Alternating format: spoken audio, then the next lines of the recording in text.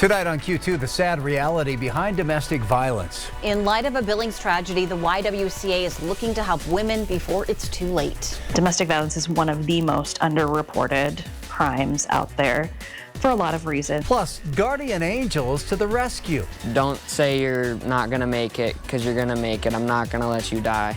2 young Billings teens helped save a woman's life after she was trapped for nearly 4 hours. The MTN 530 News starts right now.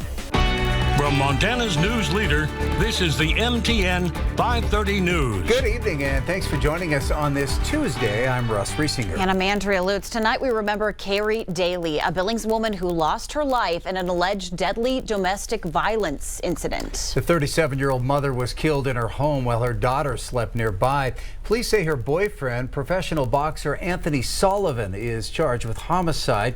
Daly's daughter recounted a heartbreaking early morning argument, hearing her mother plead, "I love you, I'm sorry," before Sullivan said, "I'm sorry too, but I'm going to prison." Sullivan was arrested in Wyoming on a DUI charge and now awaits extradition back to Billings. This tragedy, of course, shining a light on the risks of domestic violence and the need for greater awareness and support for victims. Tonight, our Hannah Pettiferi learns what help is available in our community as friends and family continue to grieve over Carrie. Domestic violence is one of the most underreported crimes out there for a lot of reasons. Carrie, known as an incredible mom, sister, and friend. To the friends and family of Carrie, I am so sorry for your loss. Taken too soon. Here at the Billings YWCA, stories like this are heard often. But for CEO Erin Lambert, she says it can stop before it turns deadly. Staying silent is dangerous. Carrie was killed here, in her West End home on the 4th of July. After such a heartbreaking loss for the community, Lambert says there's resources to help. We can do everything we can to create safety. Highlighting physical abuse. That's just such a small portion of what a true abusive relationship looks like. From pushing, shoving, and punching. Physical abuse a lot of times is, common, can be pushing, shoving, punching occasionally. Strangulation is really very common and incredibly dangerous and scary.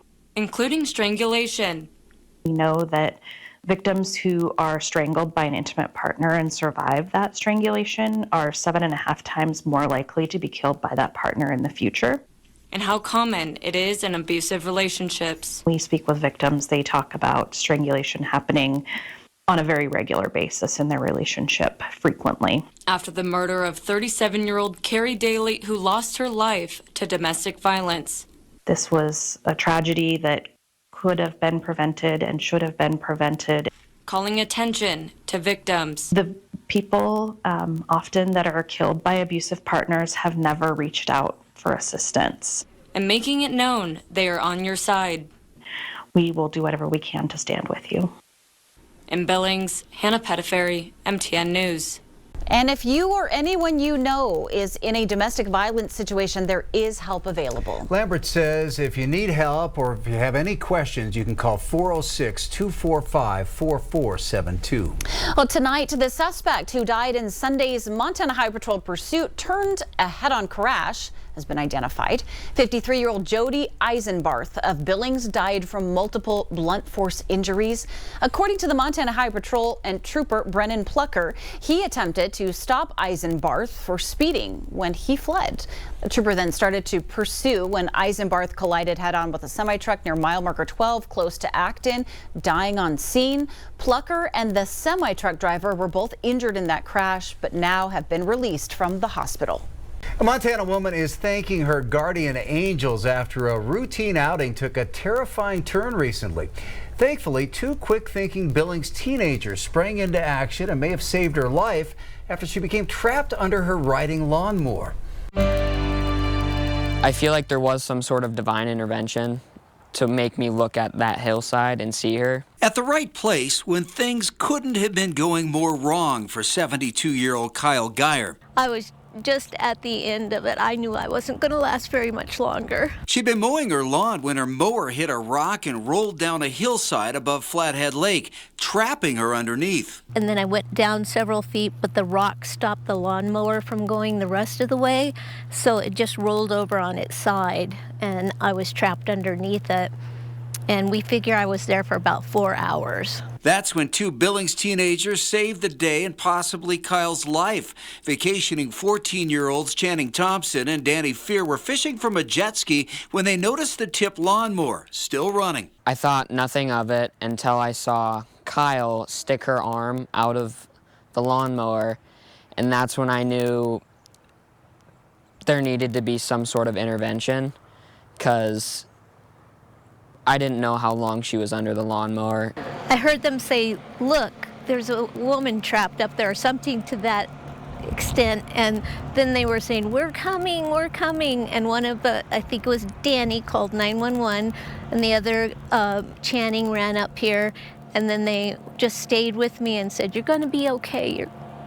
You're going to be okay. So I was basically telling her, you're not going to die. You're going to stay with us. Don't say you're not going to make it, because you're going to make it. I'm not going to let you die.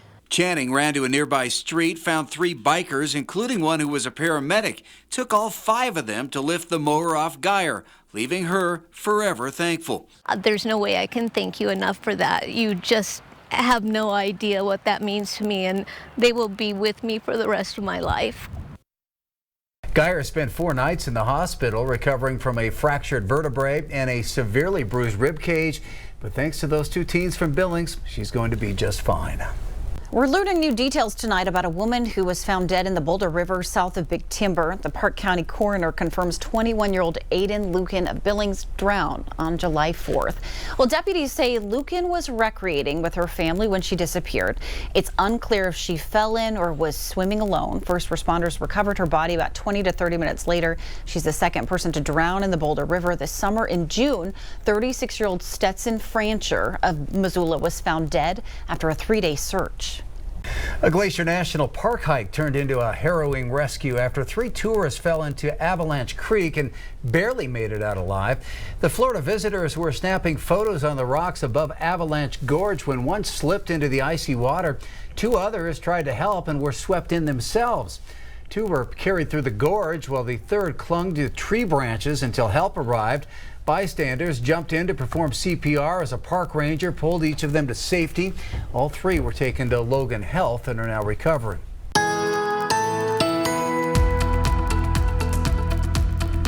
No big surprise, the heat building in. Today's the big story is temperatures 96 in Billings, 97 in Miles City, Sheridan, 93 for you in Livingston for the morning. We saw the readings as cool as the 40s, 50s, low 60s.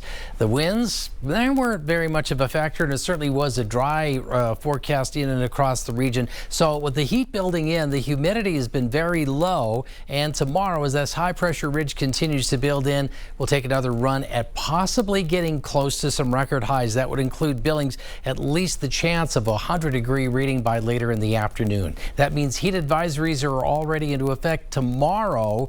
So we'll talk about that and the rest of the forecast coming up in a few minutes.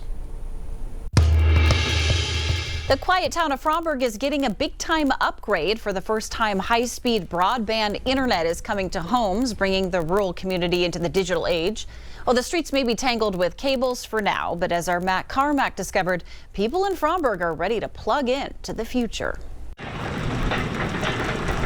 In the small town of Framberg, really looking forward to fiber. Orange cables and traffic cones are found at every corner. I think it's going to be fantastic because we're a rural community and, we're a very small town. These orange cables are a part of the Tri-County telecommunications setup. They're installing broadband, high-speed and reliable internet coverage. The vibrant wires are all around the Framberg community, even sitting feet from Dan Ock's front door. Right now we're using Starlink, and it's Adequate to more than adequate. Dan and his family are using Starlink, a satellite internet provider. Dan says while Starlink works, there's still drawbacks. You can have weather interruptions when it gets real bad. And of course, in Montana, it can get real bad in a hurry. Now that Dan works from home, he's looking forward to broadband internet to make his job even easier. Not to mention his internet bill will go from $120 a month to only $60. We're looking at a decrease, but we're looking at an increase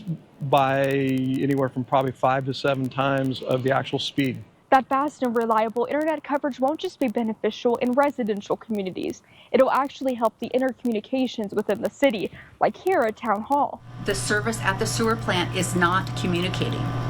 So this is going to be a huge step for, I think, to get notices if there's a problem at the sewer plant. Michelle Locke, Dan's wife, is the city clerk treasurer here in Framberg. She tells me that the current communication system with the city's sewer plant isn't reliable. She's hopeful broadband is the solution. I think overall to have the technology to move forward and, to come up to date in a rural community is fantastic. Michelle says that the Broadband Equity, Access and Deployment, or BEAD program, has been in Framberg for a month. It'll take 1 more month to bring broadband to the western section of the town. But until then, she's grateful for the opportunity to modernize Framberg. Very nice work they're doing. In Framberg, Matt Carmack, MTN News. 4th of July weekend's always a busy time for first responders, and Sergeant Jeff Stovall with the Billings Police Department says this year was no different. Police saw 171 calls on the holiday in Billings, many of those being fireworks complaints. Stovall says while it's important that everyone enjoy the day, it is illegal to shoot off fireworks in city limits. In some cases, citizens can even receive a court date and potential fine even for smaller items like sparklers and Roman candles. With Montana's dry season in July, many fires can start from someone's explosive celebration, and safety remains their top priority. It's people that are careless with fireworks and putting other people in danger. We don't, want it's dry out. We don't want, houses burning down, things getting caught on fire. That really stretches your resources. Stovall says anyone caught with fireworks had them confiscated and incinerated.